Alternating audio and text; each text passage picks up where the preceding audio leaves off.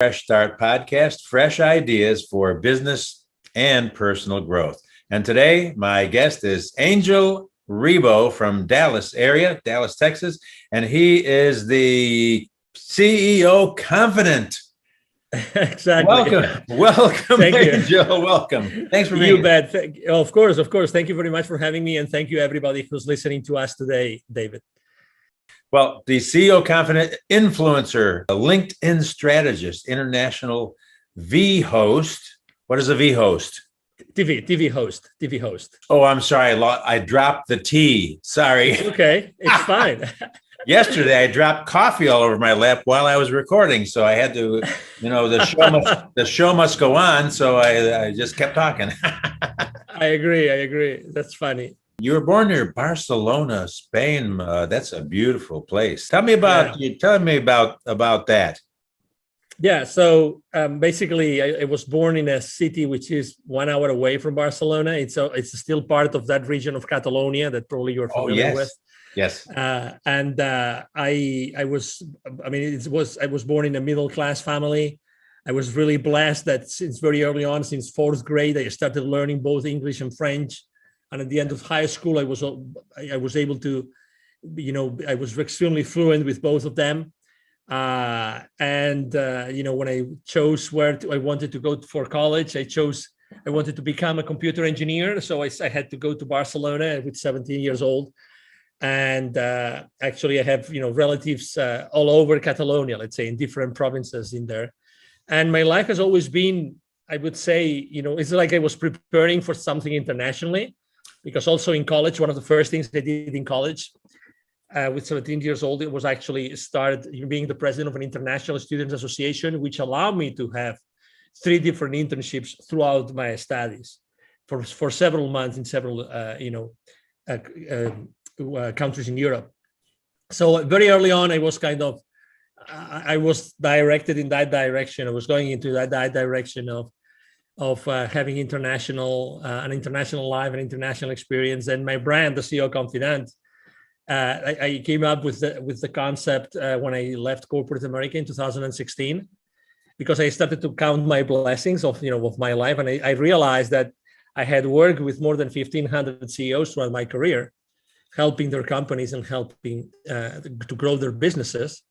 And then I said, well, why not using that term? And I looked for it. It wasn't protected, so I took it, and the rest is history. So I helped more than 1,500 CEOs in 33 different countries for the last 20 plus years.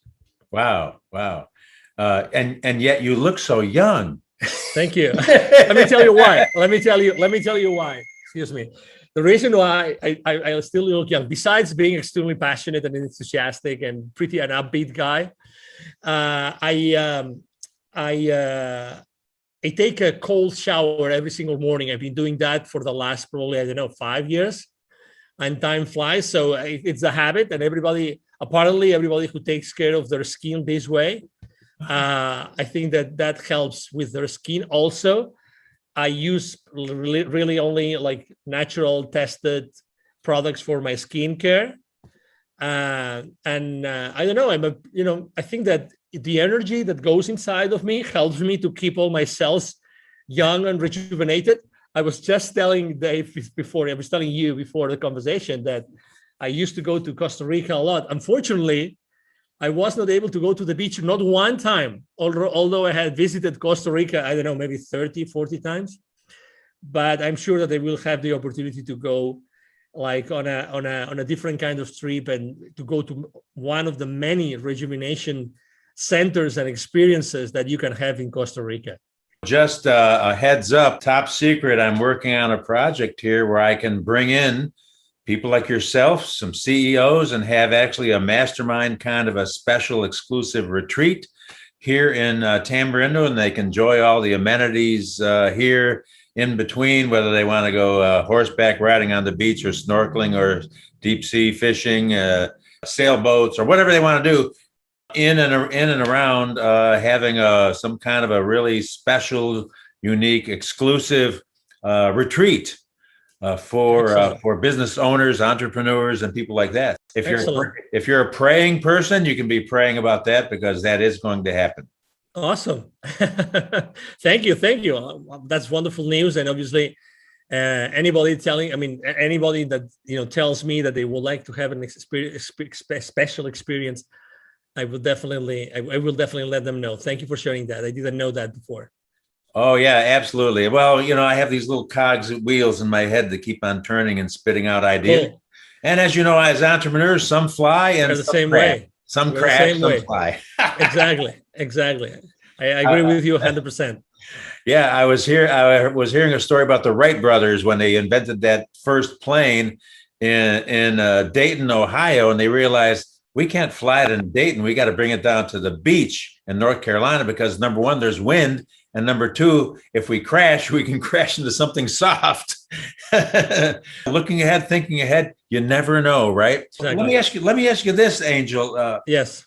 In your younger days or in your college days, who would you say was what made a big impact on you and was a real influence on your direction? Anybody in particular that really yeah, I mean, I think it was definitely my father. My father was a business person. I would go with him all the time, every single weekend, if he allowed me to go with him to the different, plans that he was overlooking. He was the general manager for a group of food companies, and I would always go with him during the summer. I would actually work for him in one of the different plans that they had. I was actually boxing rainbow trouts in one of his fish farms in the north of Spain for so many summers.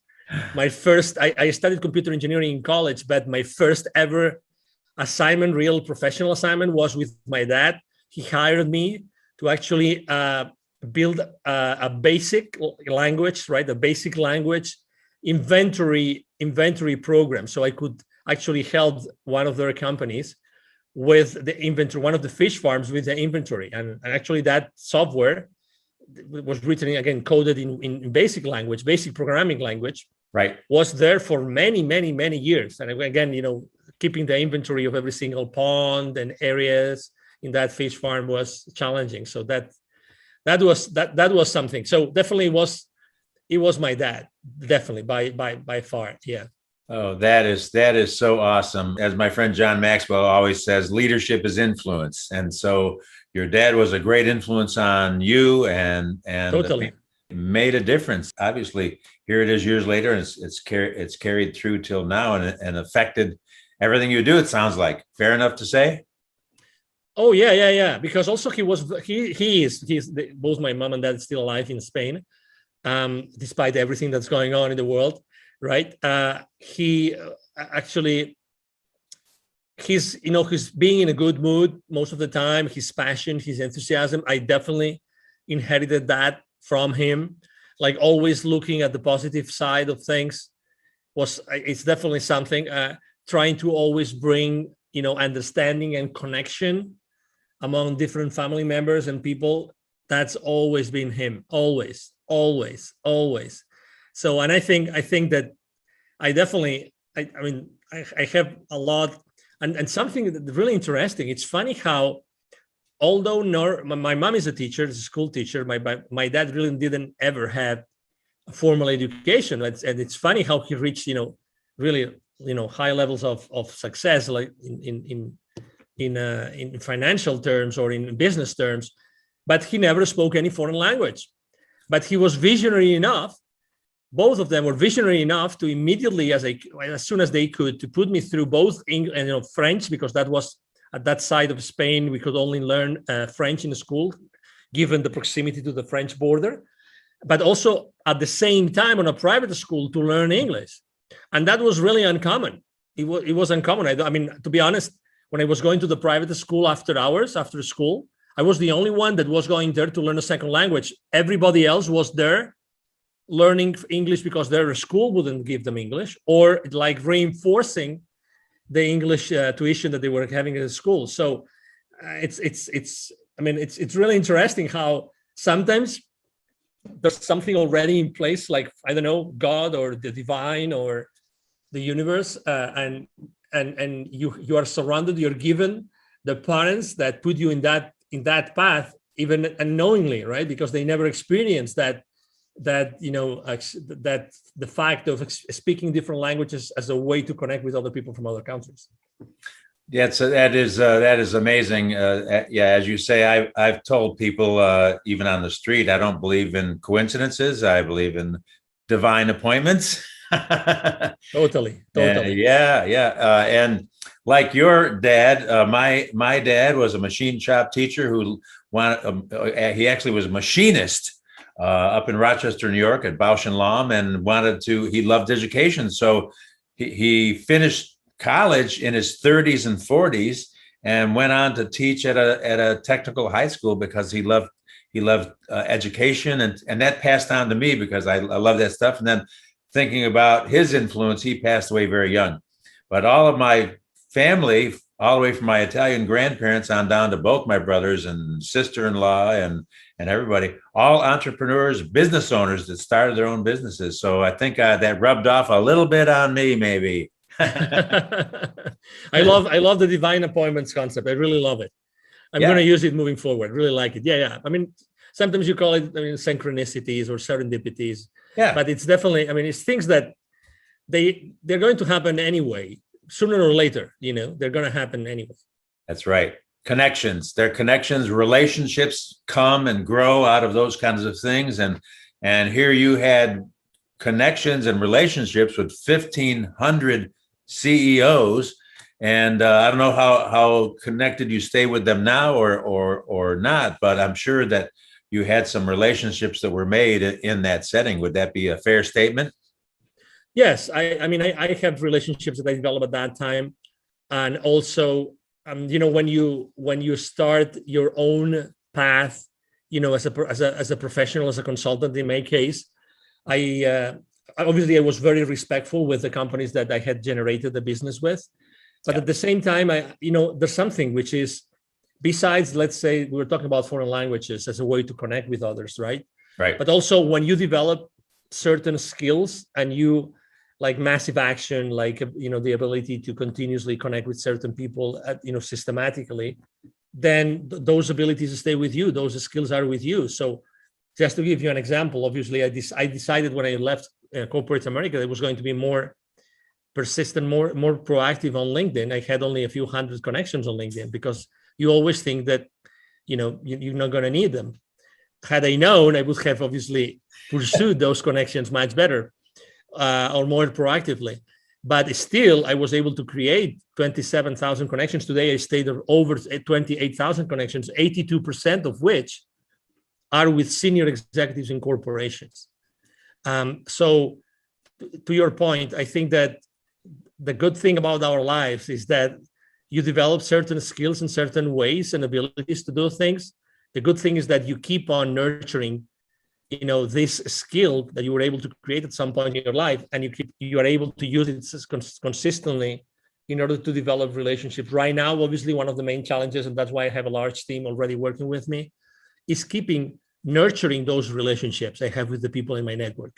That's the most important thing, making sure that these people, we have meaningful conversations with them, and we don't dump, any information on anything that cannot be of interest. I think that right now that everything is moving like virtual and remote, it's more important than ever to be able to just exchange online the minimum amount of information, the only one which really interests whoever you are talking to. That is exactly right. I'm speaking with Angel Rebo, the CEO Confidant, and I've got a lot more questions, so don't go away. And we're not taking a commercial break either, by the way. Just I just like to pronounce your name. I used to be one of my many jobs was the afternoon news anchor, and I get my hand slapped if I pronounce names incorrectly. Quite unlike the newscasters today who don't know who they're talking about sometimes. Crazy. But Angel, thank you. So I wanted to ask you some more questions, obviously. Tell me what the focus of your business is right now these days. Yes. So I would say it's twofold. Number one, making sure that both corporate CEOs and established entrepreneurs, we help them to bridge the gap globally for expansion and exposure as a way to accelerate the growth of their businesses. That's one thing that we do consistently. So it's basically business development, help them to get clients or maybe to create distribution channels in other countries in the world. That's number one. And the number two is I have been developed. You name it very well. You use the word influence, Oh yeah. behind leadership, right? So I read a book a few years ago that changed my life forever. It's from a Canadian author, and her name is Teresa de Grosbois, and it's about influence. And I learned that influence is really a game, and that you have to be able to play that game properly and generously and from the heart. And I think that I have been able to, humbly speaking, been able to do that. And I consider my team and myself a real, influencer on LinkedIn and other social media outlets, because we are very consistent. We are always there with particular content. It's always, positive content, trying to make sure that we are current, that we're talking to the audience that we talk to. So we use our influence, large influence, to help others have more visibility for their products and for their services. So we are actually engaging both with brands and companies in order to put their messages, their services, their products, both B2B and B2C, in front of their audiences. Those would be the two main services that we provide today. It's so much more important today that to have a focused approach rather than just kind of I was talking with a gentleman the other day on my interview that it doesn't matter if you've got 1 million followers if they're either not your customers or your competition. If you have 10 followers that are the right people that are either your customers or your competition, then you are reaching the right group of people you want to reach, regardless of the number that you've built it to. And so that's the whole, that's what I really enjoy about LinkedIn, because I interviewed a guy in Philadelphia that's a LinkedIn expert as well. And he taught me some of these things about my profile and how to show up and how to look. And I changed it around, and I can't believe how effective that has been with the number of people viewing my profile every week, especially now contacting me through the service that you and I use for interviews. Yep. I've got bookings up through July right now. Congratulations. It's just me, just plain old Dave. So good. So tell me, what is the Board of Evolutionary Business Council? What is that? Yeah, the position. So basically, the Evolutionary Business Council is a group of around 300 transformational leaders. So they all have transformational businesses. Basically, they are B2B or B2C in the sense that, they offer business services, they offer individual services, and they're all transformational leaders. It means that they really transform either organizations or individuals. They carry those individuals or those organizations through processes that allow them to achieve different levels of performance, of wellness, well-being, etc. So they are, again, people that they have this in common, but also they have large following. So they have large influence levels, all of them. So we combine, as I said as I try to explain on my bio, we really have different many hundreds of millions of people as outreach, and the main goal of the organization is, as the name says, Evolutionary Business Council. We believe that there's a better way to do business, and we believe that different areas in society need to change, and we want to be the changers. So we want to use our combined influence to do things together. That's what we want to do things together to change this world together in an evolutionary way, not revolutionary, but evolutionary way. And it happened to be at the board of that organization. I've been there for a couple of years, and that's what it means. So basically, I'm blessed with being at that level to help the organization as much as I can. That is very awesome. I like that concept of evolutionary rather than revolutionary. However, I happen to be a revolutionary. I didn't march against the Vietnam War or anything like that, but I started my own revolution. I call it the encouragement revolution. That's cool. I think that the book that I wrote was all about the power of encouragement and how we can actually learn concepts of how to encourage people with whatever their level in life is, and just put a spark of hope, put a smile on their face, just simple things that we can all do every day if we're paying attention. And that's the key, is that to be attentive. So that's my revolution. You got your evolution, I got my revolution, and it's all good. Absolutely, it is all good, and you just tapped onto something which is really important. If you realize there's so many things that are distracting us today, and it looks like the system wants to distract us, and they want to pull us in so many directions, so we cannot focus really on anything. And I remember watching this movie. It's called like The Social Dilemma. Yes, yes. Okay, if you probably watched it or seen it, it's funny how they explain the former executives of those social media companies. They explain how the main role is to distract us and to make sure that we continuously consume content that they put out there. So I think that obviously, I mean, we all like. I mean, we all. I think that the main lesson to be learned there is that, be wise with the use of your time and keep on using it to find, businesses, which I do. I found a lot of businesses on Instagram and Facebook and on LinkedIn that have served me, and that's very good.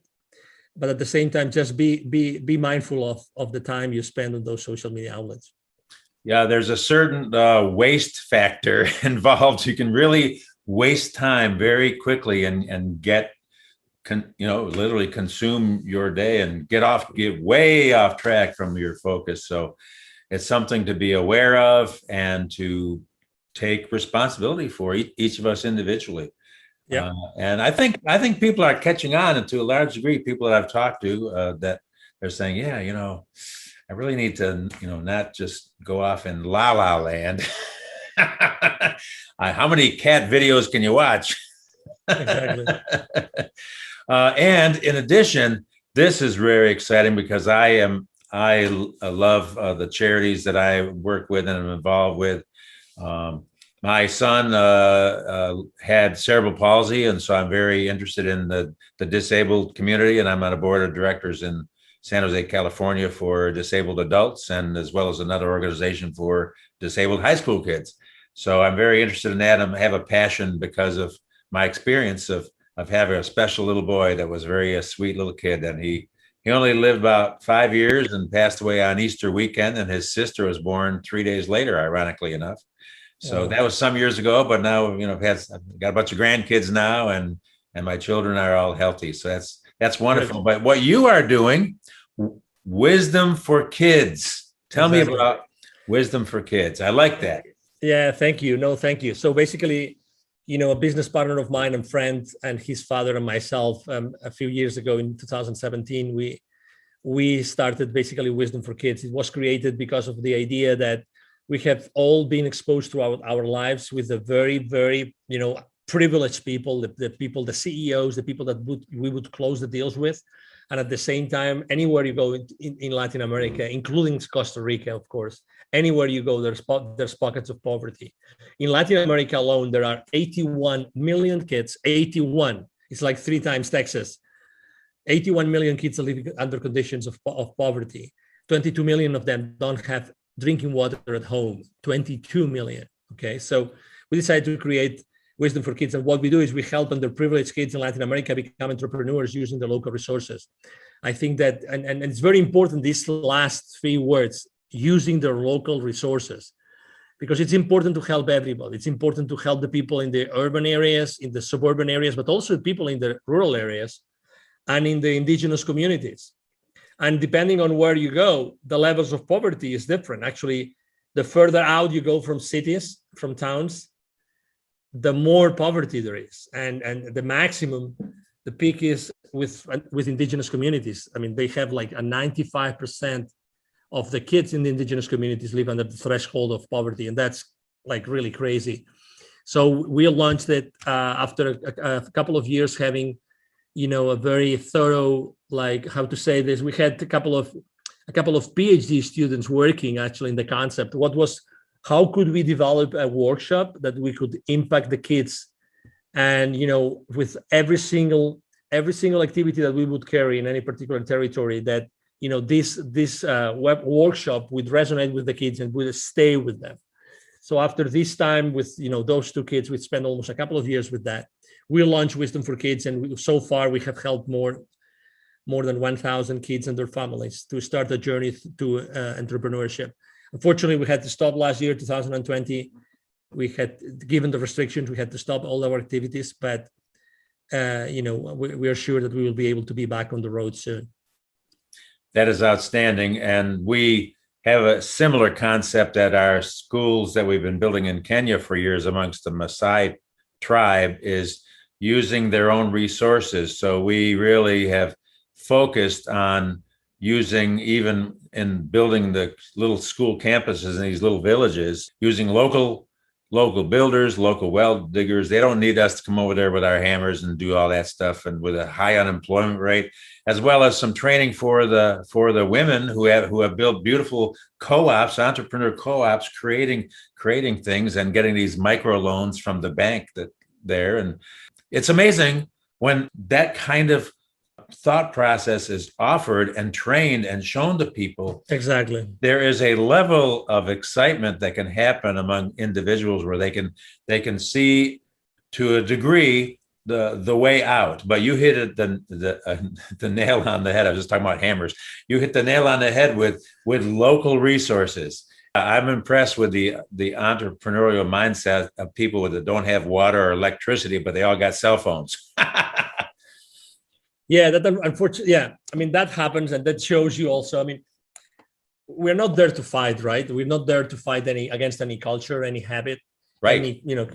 It's just what it is, and actually, it's a very important point for us, which is we're not disruptors. We just go there in order to support, in order to empower the people. Yes, and to empower the people that want to be empowered, because at the end of the day, we know that even though we developed, very powerful workshops, at the end of the day, also, it's the parents who are going to decide if this kid is going to do something, the parents or the tutors, right? Because depending on the type of community, unfortunately, the families are not, let's say, properly structured. So the kids don't have the proper support. And myself, I have myself been also involved in many different initiatives regarding special education kids. So I have encountered, and you probably have done the same thing, have experienced the same kind of situations, that special needs kids of of any origin, right, when they live under the threshold of poverty, their chances of succeeding are so remote. Really, it's like, so that's why there's a specific things. And we started to partner up with other kinds of nonprofits, so that they could actually bring additional support to the areas where we go. And I just, for instance, I remember I gathered a group of kids outside an indigenous community, and I started reading them a book in English. They loved the pictures. They couldn't read in English, but I translated it into Spanish. And one of the kids that was around was next to me. He had issues with his eyesight, so he couldn't read. And you could see him, and just with a surgery, that's in a matter of weeks, he could be completely healed. So I know that his future is unfortunately challenged and jeopardized because of the origin of his family, right? And his mother was actually literally selling, ice cream or popsicles, more ice cream, popsicles outside a particular area that was from time to time visited by tourists. So, it's extremely important that we bring awareness to what's going on in these areas, in these territories, because other people can actually help and partner up with us and do much more, so much more.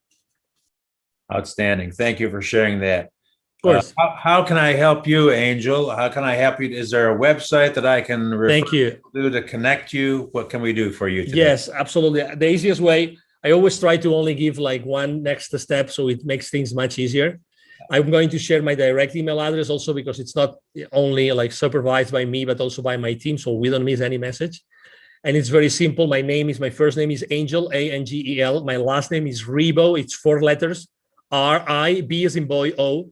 And my email address is angel@angelribo, altogether, angelribo.com. If you write me an email there, I will be able to, direct you to do whatever you would like to do with Wisdom for Kids or with my own consulting business. Perfect. I love simplicity. Although for some reason I have 4 email addresses. I don't know what's wrong with me. Angel@angelribo.com. That's RIBO.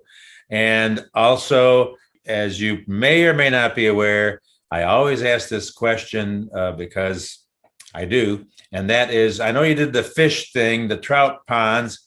What was the very, very first job you did when you were a kid? Anything at all? I think that, I mean, of really the first, yeah. I mean, besides the boxing rainbow trouts, Yeah. on those white boxes, so you could and pour ice on top of them so they could be sent to the local market. That was quite an experience, and I still remember how much I was being given for every single box I was boxing. That's funny. And the coding, probably after that was already when I went to college. Actually, I started to work, in Europe or in Spain particularly, things are not as structured as here in the US. So to get a job while working, it's very difficult. And I was able to actually, through a friend, to get a job in the same school, in the same computer engineering school. So I was always working at the same time. And there, what I was doing, and you will remember those old, programming, all those like Office applications, Word Perfect. Do you remember Word Perfect? Oh, yeah. Do you remember Lotus 1-2-3? Oh, yes. And DOS, DOS, Exactly. disk operating system. So I was the guru in that particular university. And in my school, I was the guru of Word Perfect. Oh, and wow. I remember I gave literally over 100, trainings to the administrative staff of the university. So I had a lot of fun. I mean, I think I've always wanted to, for money or without money, but I've always wanted to serve, and I've always wanted to like be a little bit ahead of my own game. So that's a great question, because typically we not always think about how to generate wealth, and also how to sharpen your own pencil, right? How to sharpen your own tools. So right. you systematically make, growth when you are a kid. Right now, it's a little bit different. For instance, typically I like to have my kid listen to my podcast interviews. I like to have my kid listen into my business calls. So, and again, maybe trying to follow the same model that I follow with my dad. My business is different to what my dad used to be, but still, I think that kids today need leadership. They need leadership. They need to be out of the streets. They need to be out of drugs and many other things that are happening in our world, unfortunately, today. And I'm sure that you have seen a lot of that while you were still in the US, in California, and unfortunately. So I'm very sensitive about that too. So again, I think that the earlier we can give certain responsibility levels to our kids, I think it's a great thing to do. Well said. Well said. My mind was whirring there, thinking about passing on oral tradition, training, and giving your kids a head start, really. Like the credit card commercial, priceless. Exactly. Some things, regardless of data, some things cannot be measured, and that is one of them. Totally. Angel Rebo, my guest, thank you so much for being with me today. A real treat for me personally, and great to get to know you. I'm sure that we will connect again and maybe do some we will do some great things together in the future for the benefit of all, and just keep on passing along what needs to happen, what our gift is and what we're able to do, and be just a cog in the wheel if that's what it takes. But appreciate you, man. Thank you so much for being here. Count on me, Dave. Anytime. Thank you. Thanks.